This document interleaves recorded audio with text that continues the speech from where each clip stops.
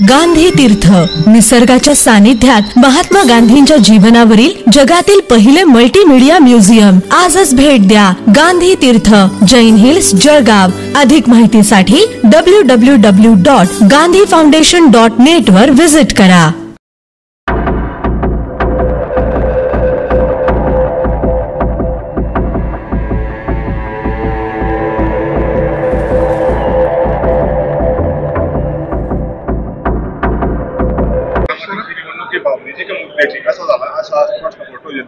रोहित पवार लढताय तर दुसरीकडे शरद पवार आजारी पडून. मला वाटतं कधी पावसात ओलं व्हायचं, कधी रडायचं, कधी आजारी पडायचं.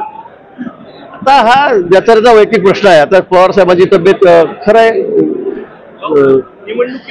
कमी जास्त असते, त्यांना त्रासही आहे. मी त्याबद्दल काही बोलणार नाही, त्या तब्येतीवर बोलणं हे उचितही होणार नाही.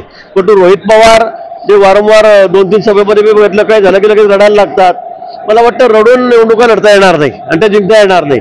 तुम्ही लोकांना फार वेळ वेडवरू शकणार नाही मतदारांना. त्यामुळे मला असं वाटतं की मुद्द्यावर बोला, देशावर बोला, कामावर बोला, तर तुम्ही मतं मागा ना. मी बघितलं रोहित पवार वारंवार सभेमध्ये आले की ते डोळे पुसतात, रडतात. पण मला वाटतं भावना व्यवस्थित असं तुम्हाला चालणार नाही. तुम्ही तरुण आहात, तुमच्या मागे तुम्ही म्हणतात त्याप्रमाणे मोठी ताकद तुम्हाला असं वाटतंय, तर तुम्ही मुद्द्यांवर बोला आणि त्यावरच मतं मागा.